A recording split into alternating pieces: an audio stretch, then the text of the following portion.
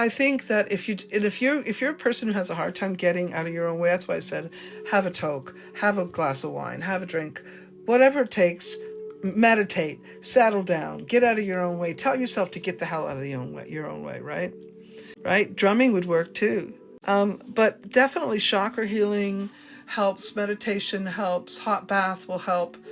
But when you're talking about people and their blockages, most of the time it's them just need to kick their own ass. If you feel that you can't connect to other people, it's because you made a decision not to. Well, I do my best to just sort of get to know my people. Get to know the energy. When I put out certain energy, I'm expecting certain energy to come into my space, into my life. Now, you can see there's only 14 people in this room. And that's because I do not want just the average person hearing what we're talking about. So I put a cap on it. I put the block on it. I did. Me. So you can use that to stifle certain energy too. So as I actually do my best to call in what I want and to block what I don't want to deal with. There's different ways to undo blockages, but if you destabilize a blocked energy, what do you think you would use? If it was a body fluid, what would you use?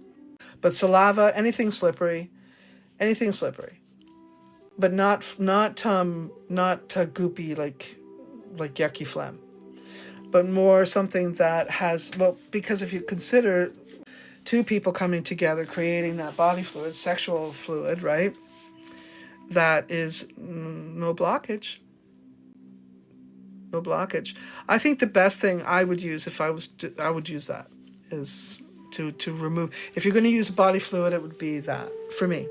Second, what would you use discharge for? The body doesn't want.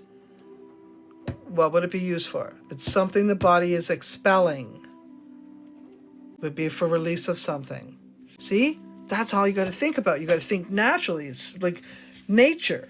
Think like nature. Two different things. If you can use discharge from the body, lower body, discharge from the upper body, think about that for a second. What is it you're trying to release? So if it's something from the lower body, you want to use lower body discharge. If it's something from the upper body, you want to use upper body discharge. Let's say you're trying to release stupid thinking, stinky thinking. Let's say you're a person who's a fearmonger. Let's say you're a person who's always thinking the negative or thinking the worst, or somebody else you know is doing that. You want to use the upper body phlegm. What about earwax? Let's talk about earwax. I mean, seriously, you want to talk about body fluids? You can use every single body fluid you have in your body on the fly. Witchcraft on the fly is physical magic. So taking your body fluids, your body parts, and the earth and the elemental aspects of the earth and combining them all together to create a magical moment, a magical thrust, a magical spell. This is union, communion with the earth. This is communion with the universe. And this is, and when you've gathered all that energy and you pull it into you and you use these other energies and you weave it all together, then you can push it out. Then you can expand it, you know?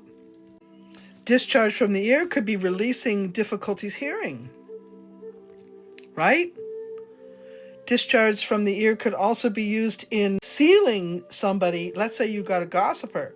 You got somebody who's listening, trying to find out information from you, trying to hear things about you, or just so that they can repeat it and share it, or someone who's a snoop, who's listening to all your conversations only to find your weak spots.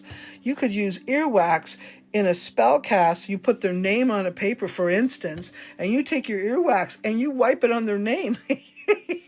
And now they can't hear nothing about you. They don't find the circles conversating about you. They don't find the information that would help them to proceed in such a gossiping ritual. So, you know, we have a lot of witch talk. Wannabe witches. I'm going to call them wannabe witches who probably have this much information and this much ability to make changes in the universe.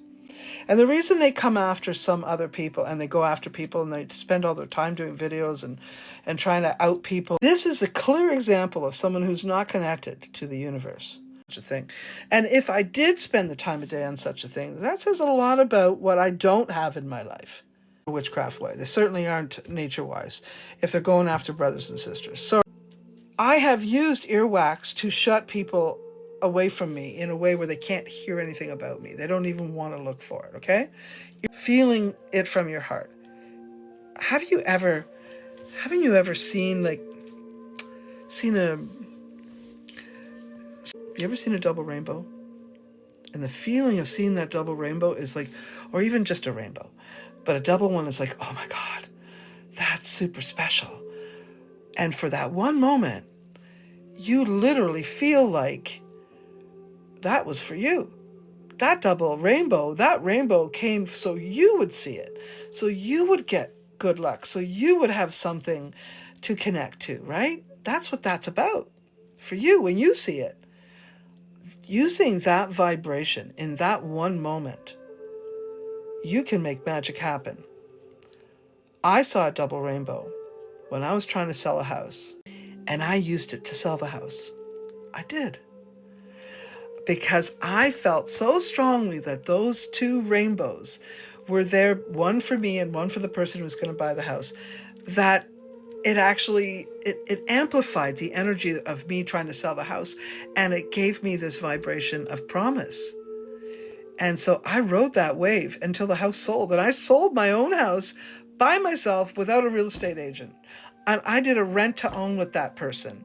And like, I really did that. I did a rent to own with that person. It took them a year to buy it.